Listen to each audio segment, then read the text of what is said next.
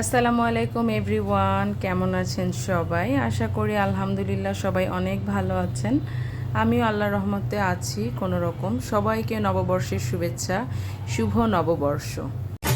আইলো আইলো আইলো রে রঙে ভরা বৈশাখ আবার আইলো রে আইলো আইলো আইলো রে রঙে ভরা বৈশাখ আবার আইলো রে।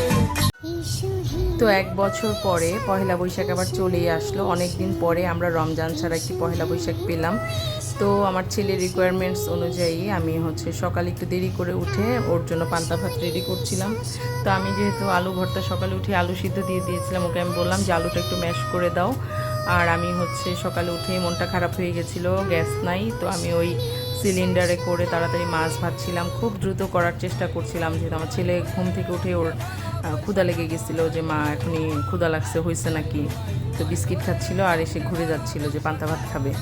তো যাই হোক, আমি মাছটা রেডি করে আমি মনে হয় যে দ্রুত কাজ করছিলাম রোবটের মতো।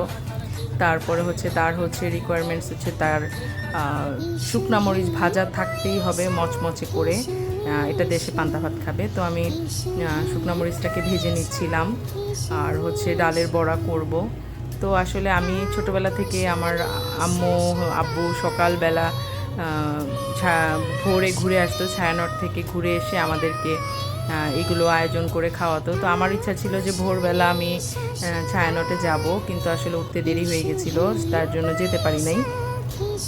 তো আমি ডালের বড়াগুলো করে নিচ্ছিলাম, বাচ্চারাও উঠে নাই, বাচ্চাদেরকে অনেক চেষ্টা করে ছোটানোর, আমিও উঠতে দেরি হয়ে গেছিলো।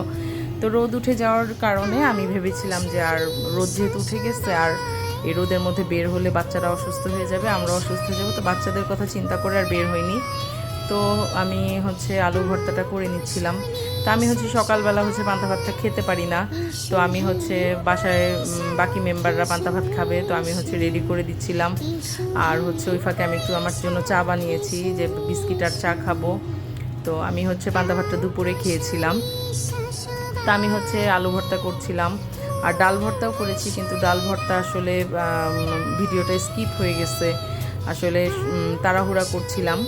তো আমি সুন্দর করে আমার প্লেটারও সাজিয়েছি, কিন্তু প্লেটারের ভিডিওটাও নেওয়া হয়নি ছবি নিতে যেয়ে। তো যাই হোক, বাচ্চা নিয়ে আসলে কাজ। আমি যখন ছবি তুলতে যাই, আমার ছেলে পিছনে পিছনে ঘুরে জানালার উপরে দিয়ে উঠতেছিল। তো অনেক কষ্টে আসলে ছবিগুলো নিয়েছি। তো এই তো আমি আলু ভর্তাও হয়ে গেছে, মাছ ভাজা হয়ে গেছে, আমার ডালের বড়াও হয়ে গেছে, ডাল ভর্তাও হয়ে গেছে। তো আমি লাস্ট একটা ভিডিও নিচ্ছিলাম সবগুলোর। তো এটা আপনারা রিলস দেখেছেন অবশ্যই। তো আমি ওদের বাবা ছেলের জন্য মাটির প্লেট সাজিয়েছিলাম, তারা মাটির প্লেটে খাবে বলেছে। তো আর আমি চা আর বিস্কিট খাবো। তো আমার ছেলে অল্প একটু ভাত নেবে, মানে তাকে আমি বেড়ে দিচ্ছিলাম, সে বড়া আর ইলিশ মাছ দিয়ে খাবে। তো পান্তা ভাত আসলে ডালের বড়া ছাড়া খেতে কেমন যেন ভালো লাগে না। আর সারাদিন অলস দিন কাটিয়ে আমরা সন্ধ্যার পরে একটু রিক্সায় করে ঘুরে এসেছিলাম টিএসসি ফুলা রোড, যেহেতু আমার বাসার পাশেই। তো একটু হলেও না গেলে মনে হবে যে ঘুরলাম না, বেড়ালাম না। তো রিক্সায় মৃদু বাতাসে কিছুক্ষণ ঘুরতে ভালোই লেগেছিলো। হাফ অ্যান আওয়ারের মতো আমরা ঘুরে বাসায় চলে আসি। আশা করি আপনাদের পহেলা বৈশাখও খুব সুন্দর কেটেছে। সবাই ভালো থাকবেন। আল্লাহ হাফেজ।